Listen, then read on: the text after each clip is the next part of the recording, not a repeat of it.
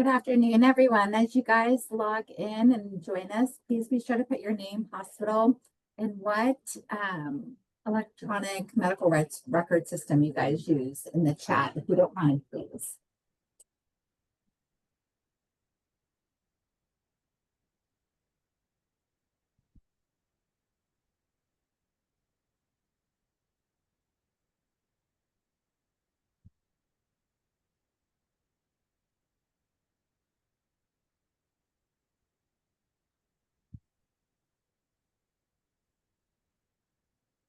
Give it about one more minute and then we'll get started.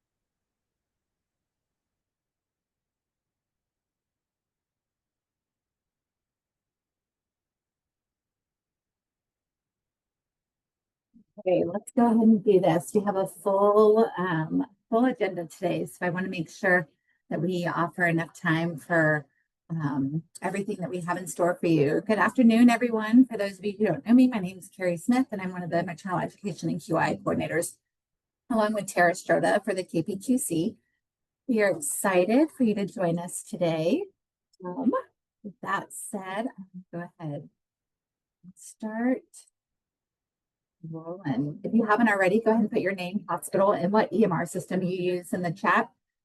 If you're wondering why, it's because as a collaborative, we're trying to get an idea of who's on what system as data questions come up, or just kind of questions in general, and see who we can partner up or pair up. And instead of reinventing the wheel, how does it work for this hospital who's on Cerner versus this hospital? Same with Epic, same with Meditech, et cetera, et cetera. So if you don't mind just sharing that with us, that would be lovely.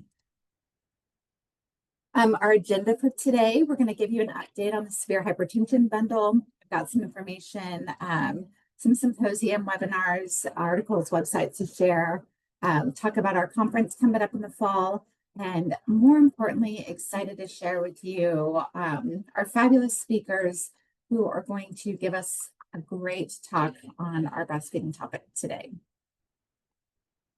Important dates and events. You don't have to scribble this down. Just remember these PowerPoint slides get sent out to everyone. But we want to make sure we touch base. Our virtual fall conference is coming up on October 28th. If you haven't registered for that, let's go ahead and make sure you get that done. I'm excited for the number of people we already have registered. There's going to be great conversation, you guys, especially with the conversation surrounding transport across the state, big hot topics. So make sure you get registered for that. For just our severe hypertension bundle champions, so any of our providers, champion staff, we have a Bridges to Wellness webinar training series coming up. The first session is October 14th, the second, the 21st. There's a slide that will touch base on that, so I'll make sure you get that as well as our data webinar office hours. We don't have that exact date, but just know that we're going to put together an office hours. We have a lot of great questions coming in surrounding the data collection process. So we'll make sure that we are setting aside some dedicated time to touch base with everyone and make sure we're answering any questions. Super excited here because we've put together 2 in-person champion work days. You do not have to attend both, but we'll talk more about that when we get there. And that registration information is to come as well. This link, I don't have a QR code up here. I actually meant to throw one on there, but just know you have access to this link to get registered for our fall conference. Like I mentioned, if you haven't already done so, we would love to have you join us October 28th. It is virtual, so making it a little easier and accessible for all of you around the state to join us for that. The Bridges to Wellness webinar series that I mentioned, really, really good way to talk about connecting mental health, substance use, and intimate partner violence in our perinatal care. So something that we see, unfortunately, pretty prevalently across the state. We want to make sure that we are getting as much information out as possible. So that link will be sent out as well. And then I actually have a couple of hospitals not listed on here who've already sent me just recently their protocols. A high five to those of you who have sent it, and I've sent it back to you. If I have not sent it back, please know I'm in the process of reviewing. But if you're not seeing your name down as having sent your hypertension protocols, please make sure you can get those to me as soon as possible. It takes a little bit of time to go through everyone's and just make sure that they're meeting the guidelines and recommendations that are out there. So please make sure you get those to me as soon as possible. Also wanted to let you know that magnets were sent out, our post-birth magnets, and there will be seats, individual seats available for our facilities for those who still need to tackle our post-birth training. So stay tuned for that. I also want to celebrate those who have already submitted their data. For those of you highlighted, this is like a shame slide. I'm sorry, we're just calling it out. For those who still need to submit, you'll see your name up on this slide. It's really, really important that you guys get that data to us. If you're having difficulty, please reach out to Michelle Black. Her information's on the bottom of that slide as soon as possible so that she can set up some time to speak with you and see how she can help you kind of navigate through that process. And finally, we're excited to let you guys know that the cuff project, so blood pressure cuff project that we talked about, we are launching our pilot process. And with that being said, there's a 3-tier plan to that. So there's the education statewide, a pilot project with 8 high-risk Kansas counties across the state that'll get their free blood pressure cuffs. For those of you who've received an email about that, I need you to respond back by October 7th so that we can make sure that we have those designated facilities locked in and ready to move forward with the process. And then once we get through that pilot component, we will launch a statewide cuff initiative. So stay tuned for more information about that. This slide here really just explains a little bit more in depth as to what each of those components is comprised of. Tara, is there anything that you want to add to that? Nope. No, you did a great job of making notes for follow-up because I think there's so many things coming at these guys. Carrie, you're doing great. Oh, If there's questions that come through, there's a lot, and we appreciate and accept that. So we will follow up with emails to those of you who are in that cuff pilot project, but also really just get excited, guys. This is 4 years in the making, and it's actually happening. So celebrate with us and respond, please, if you're one of the pilot sites. Awesome. Thanks, Tara. Also, we know we have a lot of dates coming at you, but we also want to remind you guys of the plethora of resources that are available. We are in the midst of updating the KPQC website just to see if we can get resources accessible a little bit easier. But we wanted to highlight the many different ways that you guys can access resources related to hypertension. If you are redoing your protocols or going over guidelines with administration or providers at your facility, and anyone has any questions, just know that these are your go-to sites to get the references, to get the evidence and the data to present back to say, this is not new, this is what we should be doing, and this is why we should be doing it. So just, again, these slides will come to you and you'll have access to all those resources. Rapid response, Hayes Med, high five. Just want to let you guys know that Hayes Med is going to be having a maternal infant and immunization health symposium on Friday, October 3rd. I'm so sorry. There's a QR code here on the right that you guys will have access to as well that you can get registered for that. And then for those who are not aware or just don't remember, I just wanted to make sure we re-highlighted the access to the OB Emergency Readiness Resource Kit. It is AIM's kit that kind of helps all of our facilities get ready for any OB emergency, but we wanted to highlight the severe hypertension and pregnancy piece right there. So just know that that is accessible by going to the saferbirth.org website, the link on the bottom. I also wanted to highlight the importance of just pointing to where the American Academy of Pediatrics has their immunization schedule. This should be your go-to point when having conversations with your patients and those within the community on what the schedule should look like, just guiding them back to the AAP's website. I think it's important right now, especially in the wake recent headlines to remember that the experts, the scientific experts, our governing bodies are saying it loud and clear, whether it's related to the AAP and the vaccine schedules, whether it's related to the use of acetaminophen in pregnancy, whether it's related to the prescribing of SSRIs, the resources out there, the science is out there, the evidence is there. Just remember to go back to your experts to be able to support your stance on that. Also, if anyone hasn't seen this, there was a recent severe hypertension treatment article that came up, just highlighting the conversation of oral antihypertensive treatment during pregnancy, highlighting that there's no significant difference in the primary outcome of severe hypertension that can be detected as well as on most of the secondary outcomes of interest. So if you get a chance, try to look this up. If you don't have access to it, let me know and we can get that sent out as well. Our topic, if you're wondering why we're talking about breastfeeding today, it's just a gentle reminder that breastfeeding was our neonatal initiative that we are incorporating into this bundle. And if you remember back on our timeline, it was kind of towards the third quarter of this process that we wanted to make sure that we highlighted and had that conversation, the importance of remembering that piece of it in the midst of all of this work, amazing work that you guys are doing.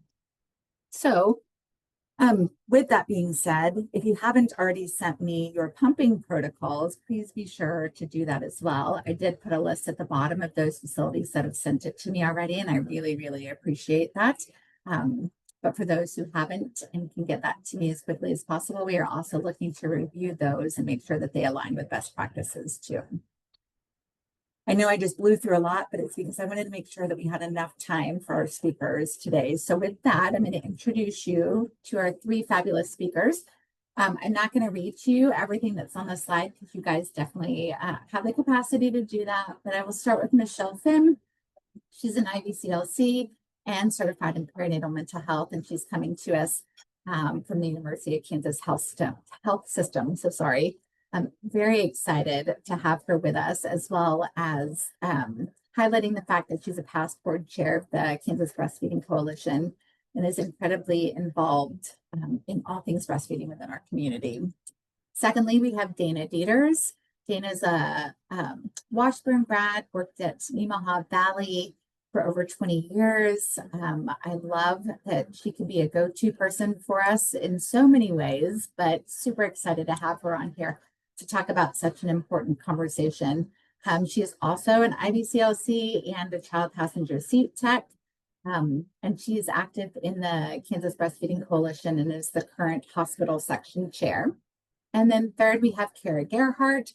She's a registered nurse, also an IVCLC, and she is our go-to person for the High Five for Mom and Baby program across the state. So you may already be familiar with her because we've definitely pulled her in many avenues to try to reach out to our hospitals across the state and see what we need to do to reach for that acknowledgement there. So without further ado, I'm going to stop sharing mine and let Michelle jump in and start sharing her slides. All right. You just give me a second and you can tell me whether this is showing up for you guys. I think I need to go back and put my camera on. Hold on a second here. I'm going to do that first.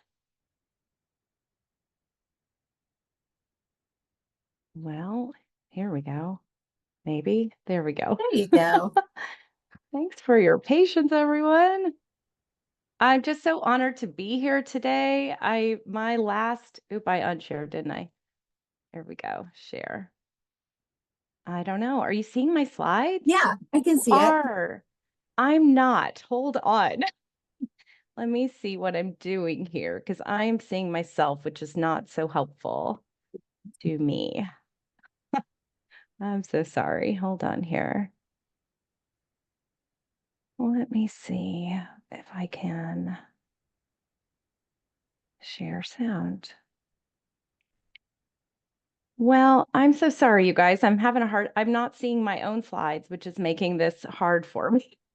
I may need you guys to pull them up because for some reason, all I'm seeing is you, Carrie, and you're lovely. That's because I jinxed it. That's why. Ah! I'm happy. I'm happy to Uh, share. So give me 1 second. I'll start sharing I'm again for so you. sorry. No, that's We okay. had it all right. Well, it's just such an honor to be here today. My first involvement with KPQC was when it was really first getting started with Jody Jackson, and we drive to Topeka. And the very first project we were starting to work on was breastfeeding and implementing the 10 steps. So this feels like full circle coming back, getting to talk about breastfeeding again is just awesome. And I think when it comes to perinatal hypertension and this kind of stuff, we're focused a lot on the mom as we should be, but there are aspects that affect the infant as well. Thank you so much, Carrie. This looks great. Okay. All right. So the other person I want to mention here who is with us in spirit today is Brenda Bandy. She is the executive director for the Kansas Breastfeeding Coalition. She is on all of these meetings except this one. She is in Wichita receiving an award at the KPHA conference and at this very moment. So we are celebrating her and all the work she is doing for breastfeeding across the state. And she was absolutely involved in this as she is everything else with breastfeeding in our state. So, and then you've introduced the rest of us. All right. Next slide. So just a brief overview of what we'll be talking about, the importance of breastfeeding for both that birthing parent as well as the infant, of course, and some of those unique protections that relate to the hypertensive patient. So we'll be talking about some evidence-based approaches for supporting the establishment of breastfeeding, whether that's a couplet that remains together, whether they cannot for medical reasons, and we'll be talking about best practices related to counseling, skin to skin, milk expression, storage, handling, med compatibility. We're talking about so many different things. So it'll be kind of high level and probably a lot of stuff that you folks already know, of course. So talking about some staff education ideas and offerings, and then we'll kind of close it out with some little kind of made up case studies, but maybe those will sound familiar to you all in the different settings that you work in. So we were a little bit strategic with who we were pulling together for this. Dana and Karen and I are all very involved with the KBC, but Dana and I work in different sizes of hospitals. So at KU Hospital, where I work, we have pretty high risk patient population, higher number of deliveries, and we're all kind of working in our specialized roles. She's wearing all the hats, especially today, it sounds like. And, in that smaller facilities, 3 babies in the last 24 hours is a lot for her. So we're glad that she can be here with us today to share that perspective from a smaller facility. Okay, next slide. I always like to include a little mention about inclusivity. Wherever possible, we're aiming to use gender neutral language in our presentation as the practices that we're talking about really apply to all birthing individuals. So, but you may see gendered terms like mother and breast, and we're using those terms where they align with language in the literature that we're citing and in the guidance from our professional organizations like AAP and ACOG and all those big guys that you know.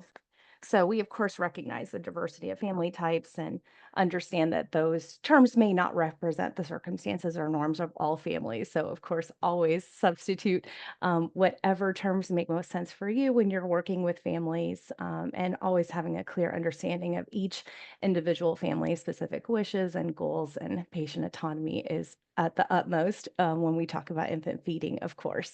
So next slide. Okay, so wanted to just talk a bit about just the impact of lactation on maternal health. I just love this slide from Villarreal. It's just a recent study, and I just love a good graphic like this because it really illustrates all the different ways that lactation is kind of that metabolic reset that happens after delivery. So sometimes we talk about pregnancy being that fit test for life kind of thing, and in so many different aspects of maternal health.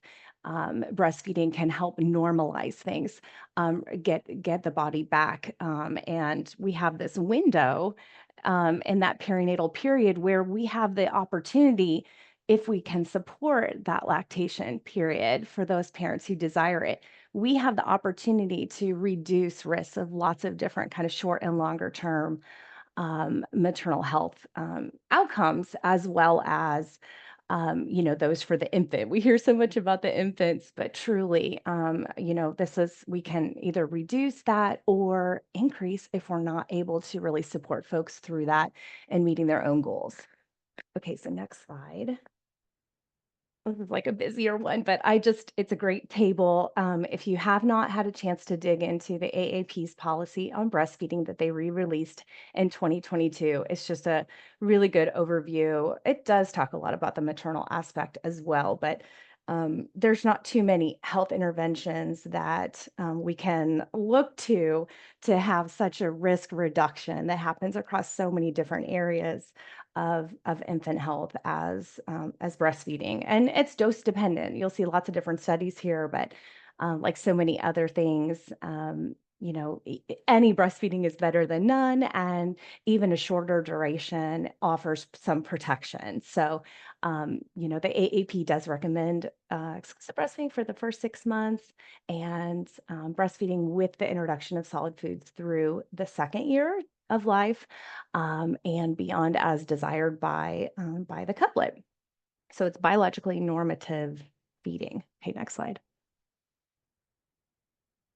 So to talk a little bit more about hypertensive disorders of pregnancy, I guess I should kind of define terms when we're talking about that. We're talking about, our pre-E, we're talking about our chronic hypertension, gestational hypertension, all the different ways that this may present in this perinatal period. So we know that they are increasing. I think one study was showing that the incidence has more than doubled in the last 30 years. So we're seeing that hypertensive disorders of pregnancy are affecting about 16% of pregnancies nationwide. But like so many things, they're not equally applied across different populations. So we know that Black and Indigenous parents, who are one of the groups that tend to face some of the steepest disparities in terms of lactation support, are also those that are more likely to experience hypertensive disorders of pregnancy. So beyond those intermediate peripartum mortality risk, we know that exposure to hypertensive disorders of pregnancy is associated with adverse long-term cardiometabolic outcomes among women and also among their children. So, like we were talking about before, breastfeeding is associated with a lower long-term risk of maternal cardiometabolic disease, pre-E, and both reducing, that maternal and infant all-cause mortality, which is always a good one, right? The all-cause mortality, always like to see that. So, and then dose dependent, like we were discussing, the longer, the more exclusive offers greater protection for both mother and infant. And there's potential for even greater cardiovascular benefits among those who are experiencing hypertensive disorders of pregnancy compared to those without. Okay, next slide. So what is going on? Why are we seeing this? We see a near identical initiation rates among these populations, maybe those not experiencing perinatal hypertensive disorders and those who are, but we see on average about 17 weeks shorter duration of breastfeeding. So what is going on with that, right? So a lot of these are things that you'll probably see. Maybe that's delayed secretory activation. That transition to mature milk can be more common with preterm births, with cesareans, use of MAG that is, of course, needed, but can have its own, some drawbacks and things like that too. Any separations, right? Anytime we're splitting up a mom and a baby, that can make it much harder for establishment of lactation, but obviously needed for medical intervention. So I think when we're looking at all of these things too, we know that there are comorbidities that are, layered things that are contributing to more challenges, right? So that delayed transition to mature milk could it be related to the separation, or is it more to do with other confounding factors like obesity or insulin resistance that may be more common in those experiencing hypertensive disorders or pregnancy? So lots of various things going on here, but we know that lack of supportive hospital practices, that should be plural, lack of timely referrals, misinformation about med compatibility, these are things that can make it even more difficult. So it's really important that we're evaluating our own practices and really looking at what are the things, what can we control to help make breastfeeding more successful for those who desire it. Next slide. Okay, so we're going to dig into some of these practices. Antenatal counseling. So a lot of times this is happening in an OB clinic office. Sometimes it's an antepartum patient that is on the unit in your facility, right? So whenever possible, we can round on those patients or include breastfeeding counseling information into the visit. That is going to help, just plant that seed and get some of the resources available to patients as soon as we can. So exploring their feeding goals, discussing the importance of breastfeeding.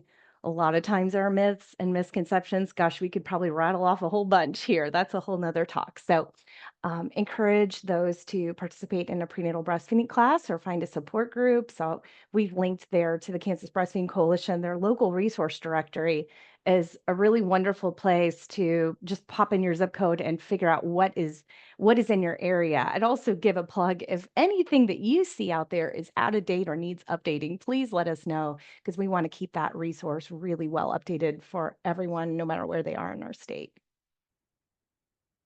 Indications for early induction, possibility for baby to require NICU admission or transfer to a higher level of care. I think sometimes we might be visiting with a pregnant patient and she may be thinking, oh, okay, if we're 36 weeks, that means this baby is not going to the NICU. And I think it's important that we're giving the context. What are the kinds of things that might require that? Based on that gestation and what we're anticipating, and that there's some unpredictability involved in all of this, of course. We can be teaching antenatal hand expression. We can do a little bit of hand expression for those that are at higher risk of a separation or a C-section. So linking to Jane Morton's site that was developed in collaboration with Stanford, their first droplets. So really parent-friendly, available in English and Spanish, and has lots of great videos just showing what that looks like for folks. Discussing the option of pasteurized donor human milk, if that's something that is available at your facility. We do know that sometimes, our higher risk families are just more likely to have babies that are going to need that little bit of a bridge sometimes until we have ample mature milk volume. So if that's not something that someone has heard of before, they might be kind of weirded out by it. I've got great educational materials and things if anyone is interested in seeing those ways to have conversations with families so they're not like thrown off by that question after the baby is born. Providing a script for a breast pump. I know it seems so crazy that you need a prescription for a breast pump, but you do. And if the patient didn't receive that in the clinic, or maybe they're coming to you before they've had an opportunity to get that far into their prenatal care, maybe they don't have that. Maybe they lost it. Maybe they're not sure where to take it. Some insurance will allow families to get that pump ordered before the baby is born. That's always great, but it really can vary depending on insurance. So a link there with some information on access to pumps through care. Next slide. Okay, a little bit more about antenatal hand expression. So we're not talking about doing this like a gazillion times a day, like once or twice a day. In most cases, this is something that patients can begin around 37 weeks. Of course, we always want to get their primary care, their OB's blessing, but we're talking about storing in super small amounts. It gets the patient really comfortable with doing this, labeling, putting the date that it's stored, and then freezing it. Bringing it to the hospital or some amount of that is always great. If it does come to the facility and it's in a cooler bag, keeping it frozen is the name of the game here, because oftentimes if we're not just ruptured and ready to have a baby, that is milk that will start to thaw. And once it is thawed, it needs to be used within 24 hours, which can be a real bummer if it doesn't get stored where it needs to. So keep it frozen when in doubt, and that allows us the bandwidth to be able to use it once we have a baby to feed. Next slide. Okay, so, oh my gosh, I put too much on these slides, some of them. Skin to skin. Okay, so everyone knows how important skin to skin early and often is, right? So regardless of feeding method, stable newborns need to go immediately skin to skin, right? We need a pretty darn good reason for that not to happen right away, right to parents bare chest after birth, thoroughly dried, couplet covered with a warm blanket. We really want to, there's not a reason that we should be having many delays for vaginal births. I mean, if they're pinking up and breathing well, they really should go right there. No pit stop at the warmer or a quick weight check. I know sometimes EMRs can get in our way with this, right? Sometimes, oh, we can't get the orders in until you have a weight in. I know that was something that Carrie and I experienced at a facility, you know, where, oh, we had to make changes to be able to, you know, get those orders in without the weight or have a dummy weight and then go back. So really evaluating what can we do to make sure this is possible. So following a cesarean, we really want to be in that skin to skin as soon as safe and feasible. A lot of times that may not be in the OR. Sometimes it can be, or we can do a little bit of time in the OR and then resume that skin to skin in the PACU. As long as that parent is, you know, responsive, alert, unless there's a documented reason for a delay, we really want to facilitate that happening as soon as possible. So that early period of skin to skin, we want to continue uninterrupted for the first hour. Obviously, if there are medical reasons, address those, you know, use your NRP, and then getting them back together for the completion of a full hour and through the end of the first feeding. Okay, obviously if a parent's on magnesium, you know, a continuous infusion, things like that, we want to be evaluating her alertness, fall risk, who's there present, awake, alert in the room, so that more regular monitoring during that early skin to skin, and especially in the transition period, continuous monitoring of the couplet together is best practice. The AAP has great resources about that as well in terms of what we should be doing. Not saying it's always easy in terms of staffing, but we really need to be monitoring the couplet together continuously. Okay, next slide. Yeah, more about all the skin to skin. I think this is a lot of stuff you folks already know, but obviously it's, you know, contributing to that cascade of hormones for both the parent and the infant, the oxytocin.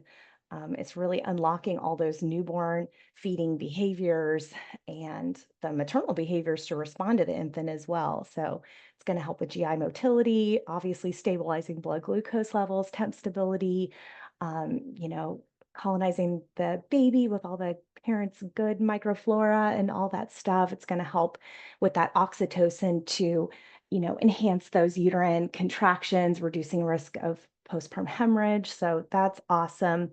And we know that babies that have that initial hour of skin to skin at least are 3 times more likely to leave the hospital exclusively breastfeeding, which is awesome and all something that we're looking at as well.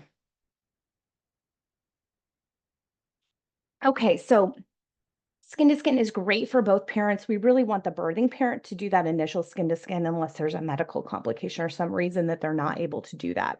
So routine care is on parent's chest or delayed until after the first feeding, or at least after that first hour of skin to skin. So it's a great opportunity to educate on cue-based feeding. A lot of times they're starting to root around. We can point that out to families. Look how smart your baby is. He knows just what to do. Average infant takes about 52 minutes to find the breast by themselves. And I don't even have a citation for that. So I'd have to probably go find that, but I'm sure I got it from somewhere. So we want to give them that opportunity to have that time to get there as they're able, and then assist and support with that first breastfeeding, especially for those primates that may need a little more guidance. All right. So safety around skin to skin. So this is a great photo showing that safe skin to skin. You'll notice a birthing parent is kind of semi-reclined, but really she's pretty upright. She's awake. That baby's got very easy ability to breathe. We have that kind of sniffing position we say where the nose is just slightly up like that. We don't want to be having chin to chest too much for that baby because we want to keep the airway clear and all of that.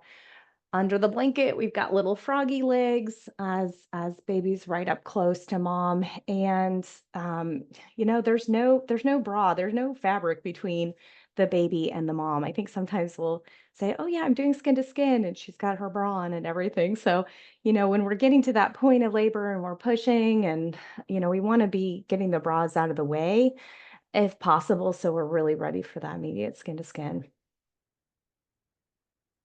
All right. So kind of leading in from skin to skin, which really that safe rooming in starts right after delivery. But we know that that MAG can cause maternal sedation. Rooming in really should be encouraged, even for the high risk couplets, but we really need to be actively supporting. So continuously reassessing hourly rounding. Next slide.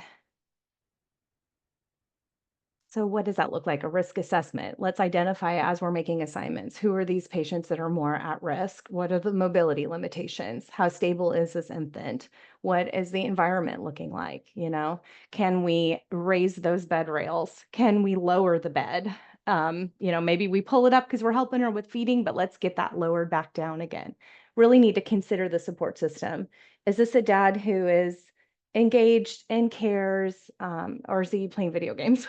So what can we do to help provide that support if it's not something that the patient has already built in? So there's always education too, that acknowledgement that you are going to be sleepy, especially with feeding, you know, hitting your call light, calling for help when you're needing to get up to ambulate, putting baby back in a safe space is going to be important. If you get drowsy, we're all here to help you.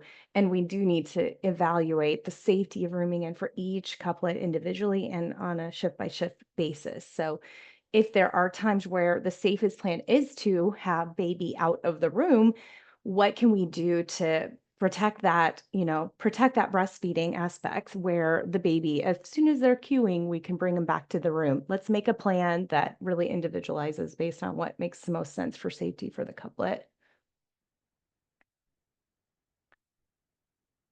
Okay, next best practice to talk about. I need to step it up on these slides. I'm not going fast enough. So when skin to skin and direct breastfeeding is not possible, we know that establishment of milk expression or pumping in the early hours is super critical. Next slide.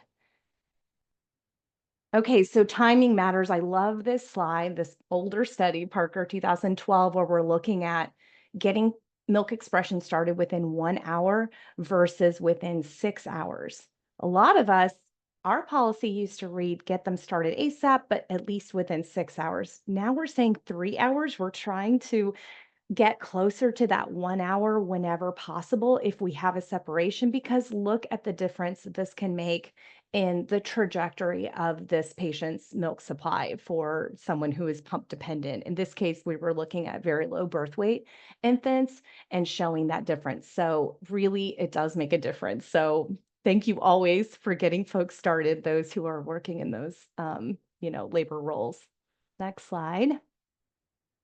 Why hand expression? So many great reasons. It's a confidence booster. Obviously, it's allowing us to get the bit of colostrum over to a baby if they're separated. It's going to reduce the need for using formula or other supplements. And a lot of times it's more effective than pumping alone in those first day or two of life. So if a patient's really good with hand expression, that can work really well. And it can reduce the stress of like washing parts and everything too. So when we're thinking about getting folks started with milk expression for separation, hand expression counts. So let's get that going, and then we can get her started with then a double electric pump once we're out of that early postpartum period. Okay, next slide. So different types of pumps and all this, down to your silicone kind of collector type, which is kind of not really a pump, but really what we're looking for is that initiation of milk expression using, the hands, and a combination of, both hand expression and a multi-user double electric hospital pump, like you'll see in the top left here. So pumps really vary in quality and efficacy. I'm sure you all are seeing this too. The advent of these wearables, super convenient, but some are more effective than others. And for someone who is pump dependent, we really don't want to mess around. We want them using a hospital quality multi-user pump. Okay, just a bit about flange fit. Oh my gosh, we can't even cover all of this, but washing of pump parts also super important. Pumping shouldn't hurt. I think that's the main thing. We want to be moving milk at least 8 times a day, and we want it to be comfortable. And usually the pumping session should be about 15 minutes.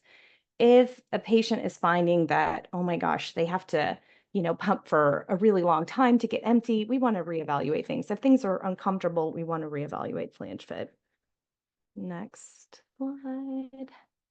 I love this book. Just a plug for this new book on the best practices for expressing, storing, and handling human milk. So if you are looking to revise policies and update things, this 5th edition came out last fall, and it's just fabulous. So this is from Habana, which is the Human Milk Banking Association of North America. So quick highlights on milk storage, all stuff that you guys probably have in your existing policies, but milk is not a biohazard. I always like to mention that. And whether you're using scanning software, we are not. I wish we were, but we always want to have the, patient name, of course, and date of birth and date and time the milk was expressed, and providing those appropriate storage containers. Okay, so how can we best support readmitted lactating patients? So identifying those patients coming to the facility when it's outside of that birth admission, right? So maybe that's an early admission for, pre-E or something like that. But we want to evaluate, are they lactating for any patient of childbearing age coming in?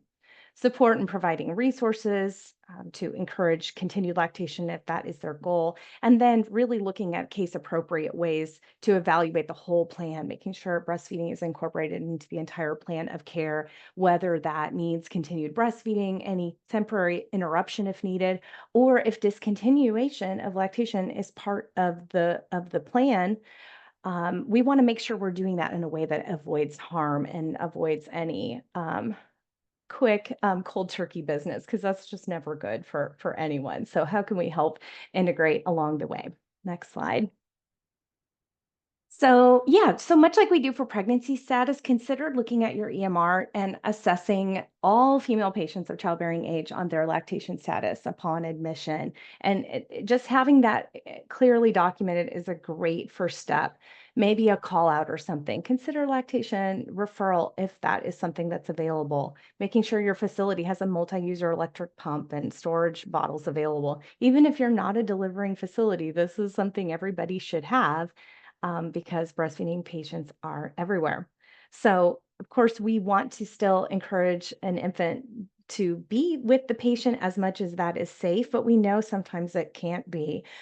So in those cases where a baby isn't able to continue to feed normally as they would at home, we want to make sure that we're expressing milk about as often as the baby was feeding prior to the admission. And then just coordinating to make sure the milk storage options are available, coordinating with pharmacy. We're going to talk a little bit more about meds and all that. Dana's going to take over to talk about that. Okay, what's the next slide?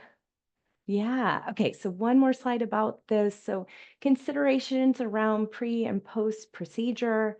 If a patient is going in for a procedure, we want to make sure that we are expressing milk or breastfeeding just prior to going into the OR.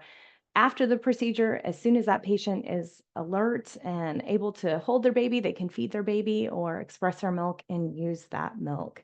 If a lactating patient is not able to, pump herself and, she is not conscious, or for a case of a very long surgical case, preparations may need to be made to express in the middle of a procedure. So that's something that we'll do from time to time in those really long OR cases. If surgical skin prep is needed, I think the only thing I wanted to put on there is generally we're going to want to avoid, application to the breast. So the CHG is ideal over iodine, but generally, we can avoid the breast area is optimal. Yeah, thanks. Okay, and I'm going to hand it over to Dana to talk about medications and kind of close us out heading into our case studies. Okay, so we're used to giving a lot of these meds, but if you aren't a delivering facility, I know that a lot of times, we come up and, oh my gosh, mom is breastfeeding, and are we safe giving these medications? So most of the antihypertensives are compatible, but the big thing is, like, if you are questioning things, use evidence-based resources and references. We've got several listed there. I know a favorite one of mine is during the week. It's just quick and easy to just call the Infant Risk Center. And I think we'll have that kind of at the end of the slides, but just very easy to call somebody and be like, hey, what's the risk? And those people specialize in that. But be sure to be coordinating with the doctors and everything to make sure that we are checking that risk zone of those medications. Next slide.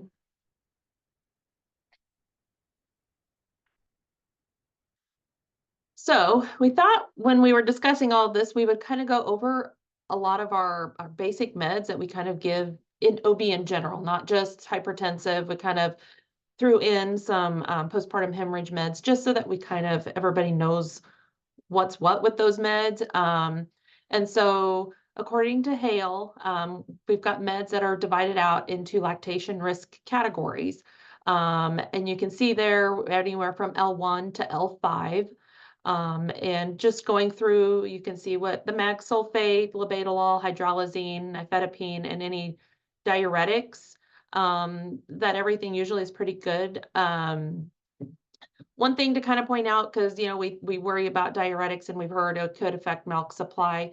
It rarely happens. Just avoid those high dose thiazides if possible.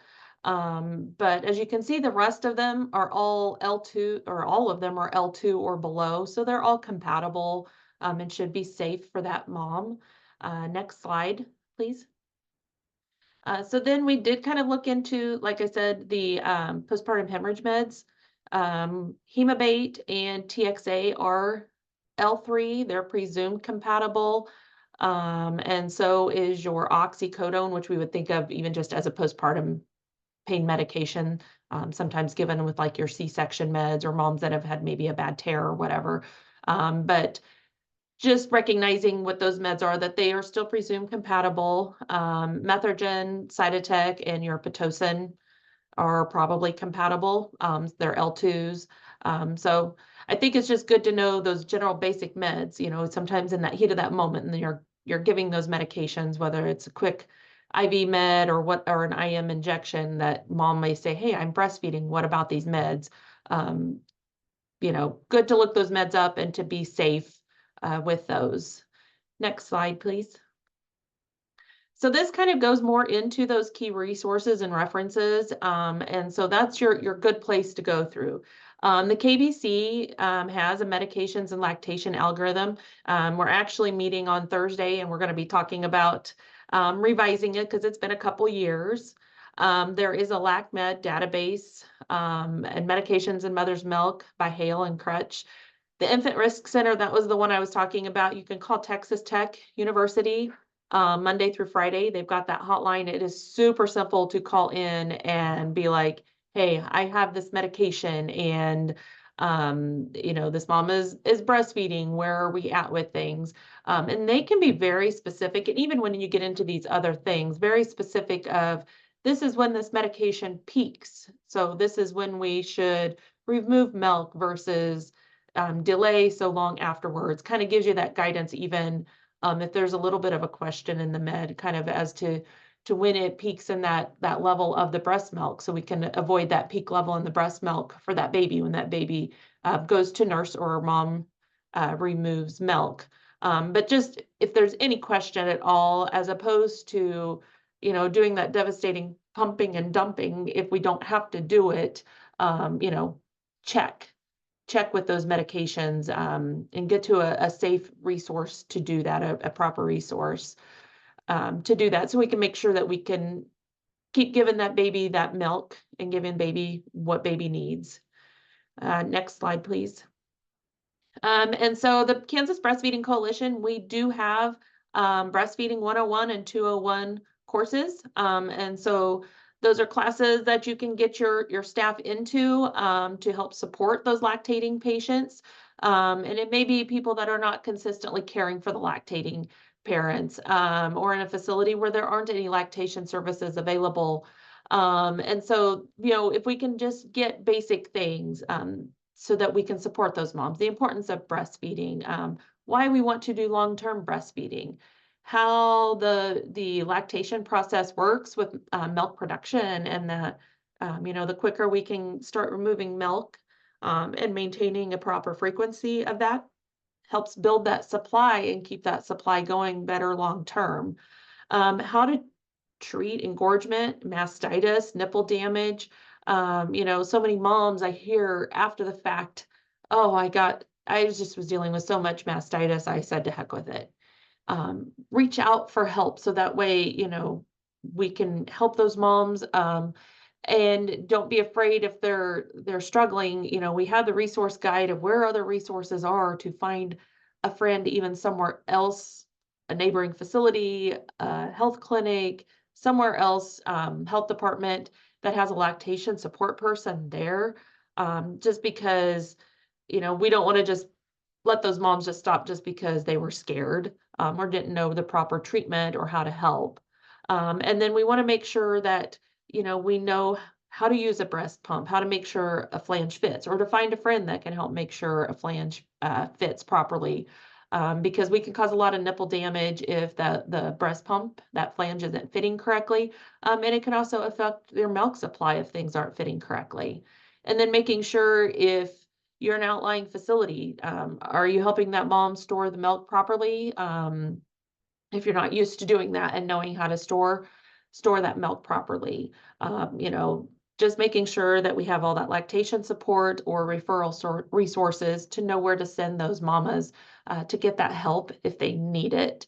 I would say every facility would be more than willing to be that phone a friend to help out. If you are a facility that isn't delivering babies, or if you have a question with things, we want to be able to help you out with that. Next slide, please. So now we're going to kind of get into a couple little case studies real quick. That way we can kind of review things. Next slide, please. So we're going to look at gestational hypertension with the first one. So we've got a mama that's 29 years old, gravida 1 with gestational hypertension, term vaginal birth with the goal of exclusive breastfeeding. And so what are we doing? We've got this hypertension. We are, maybe anticipating a early delivery. So we're going to do some counseling and education with that mama. If at all possible, we're going to get that baby up skin to skin, and start hand expression, spoon feeding, colostrum if we need to.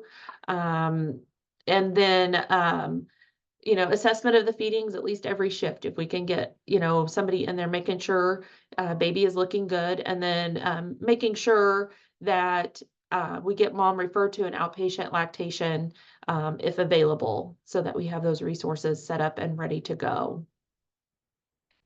And so what we really are wanting to look for is that mom is exclusively breastfeeding at discharge and through 6 weeks, with that good support of helping that mom getting things up and going. We just want to be getting that support there. Okay, this is Michelle again, taking over for these last couple, and we'll whip through them kind of quickly because I definitely packed more into this than I thought. Okay, so let's see. So we've got a 34-year-old G2. She has severe pre-E, so emergency C-section. The term infant went to the NICU for RDS.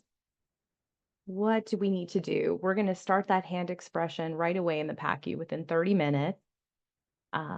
we're expressing with a hospital provided multi-user pump once transferred to the postpartum unit.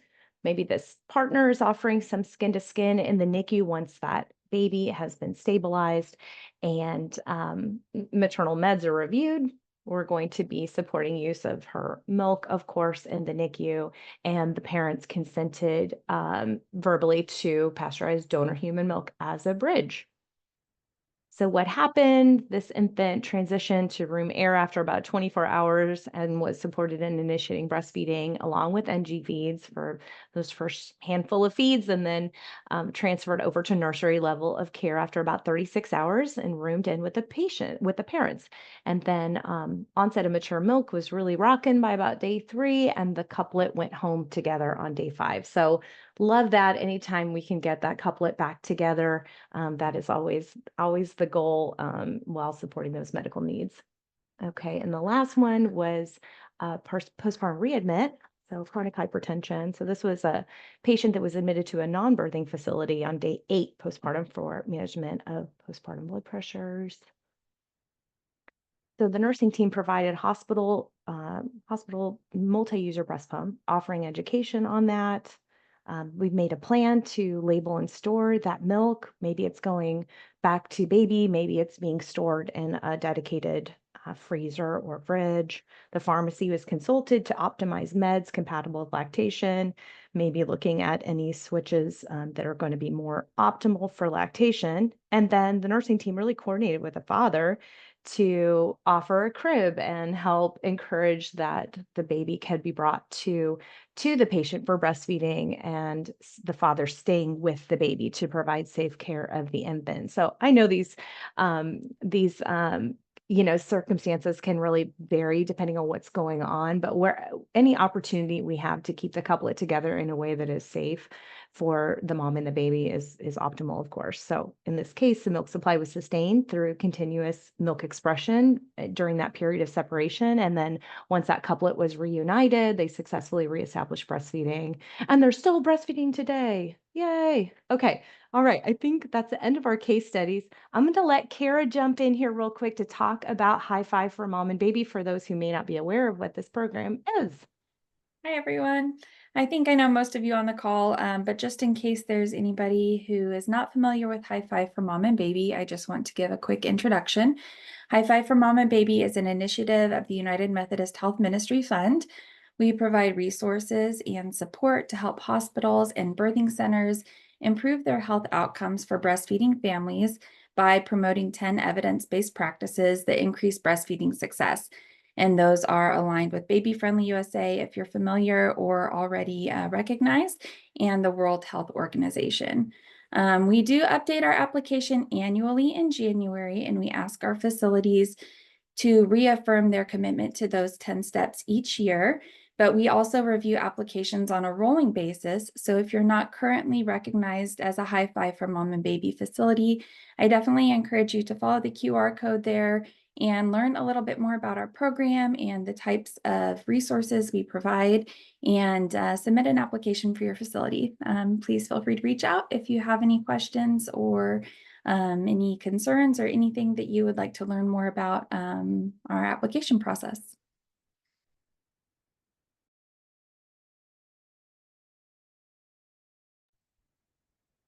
All right, we've got one last little slide here on the KBC. And there's some QR codes there. We've got a local resource directory, which is great. It kind of goes through like where the resources, where the lactation people are, and whether they're certified breastfeeding specialists all the way up to IBCLCs. Just knowing throughout the state where your friends are to help with the breastfeeding, whether it's inpatient or outpatient support. And then we've got a QR code for the KBC hospital section. And so we meet this Thursday actually, and we discuss things kind of more related to the hospitals and the lactation side of things. And so just trying to work to help to support the hospitals with breastfeeding topics. And it's not too late to register. We have October 16th and 17th in Wichita, our Kansas Breastfeeding Conference. And I know it's always just a great time hearing wide variety of topics and seeing who our breastfeeding heroes are, even across the nation, because we get wonderful speakers that come in.